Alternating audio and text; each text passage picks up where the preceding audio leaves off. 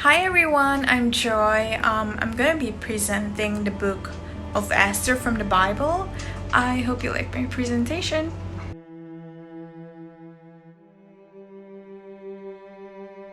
So, who is Esther? Esther is clearly identified as Esther, which is also Hadassah in Hebrew.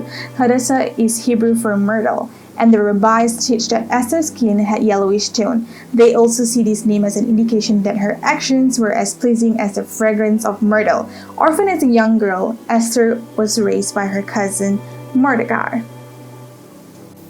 This story was set over 100 years after the Babylonian exile of the Israelites from their land, and while some Jews did return to Jerusalem, many did not. So the book of Esther is about Jewish community living in Susa, the capital city in ancient empire.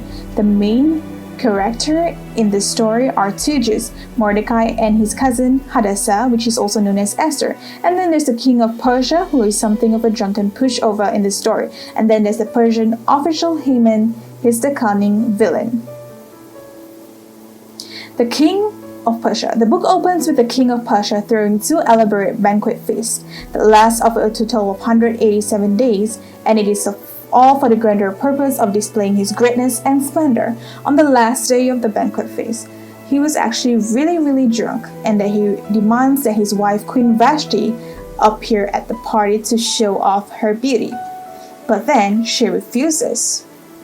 So, in a drunken rage, the king deposes Vashti and makes a silly decree that all Persian men make masters of their home. Then he holds a beauty pageant because he wants to find a new queen. Right here we are introduced to Esther. Esther hides her Jewish identity and enters the beauty pageant and wins.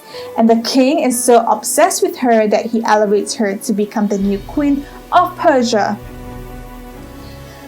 Now, after this, and even more serendipitous is the fact that Mordecai just happens to overhear two royal guards plotting to murder the king. So he informs Esther, who then, in turn, informs the king. And Mordecai actually gets credit for saving the king's life. We are next introduced to Haman, who is actually a Persian. He's called an Agagite. He's a descendant of the ancient Canaanites. The king elevates Haman to the highest position in the kingdom, and he demands that everybody kneel before him. While Mordecai sees Haman, he refuses to kneel, which of course fills Haman with rage. And when he finds out that Mordecai is Jewish, he plans to kill Mordecai. So, Haman then, he actually successfully persuades the king to enact this crazy decree to destroy all Jewish people. And to decide the date of the Jews' annihilation, Haman rolls the dice. A die is called Pur in Hebrew. 11 months later, on the 13th of Adar, all the Jews will die. So then Haman and the king have a drinking banquet to celebrate their really horrible decision. So the focus now turns to Mordecai and Esther, who are the only hope for Jewish people. They make a plan that Esther is going to reveal her Jewish identity to the king and ask him to reverse the decree. But approaching the king without a royal request according to Persian law is an act worthy of death. So in key statement, Mordecai, he is confident that even if Esther remains silent, that deliverance from the Jews will arrive from another place. And that Mordecai wonders aloud and says, "Who knows, maybe you become queen for this very moment." Esther then responds with a bravery and purposes to go into the king with amazing words, "If I perish, I perish." So Esther hosts the king and Haman at a first banquet, and she says that she wants to make a special request of both of them at an exclusive banquet the following day.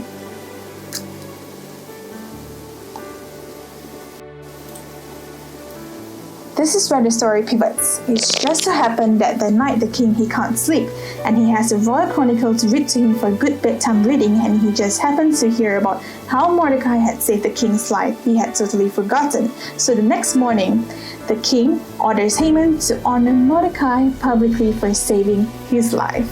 Now, Haman has to lead Mordecai around the city on a royal horse, telling everyone to praise Mordecai. And in this moment in this story, it's a pivot for the book. It's Haman's downfall, and Mordecai rise to power. So the king and Haman arrive at Esther's second banquet, and Esther informs the king that, first of all, she's Jewish, and second, that Haman has enacted a decree to murder her and to murder Mordecai, who saved his life, and to murder all Jews.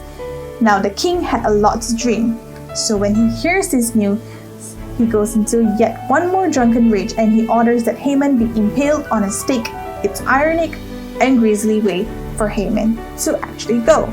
So killing Haman doesn't reverse the decree for killing all Jews, and they discovered that the king can't revoke a decree that he's already made. So instead, the king commissioned Mordecai to issue a counter decree. Instead of the Jews getting killed, now the Jews are ordered to defend themselves and to destroy any who plotted to kill them.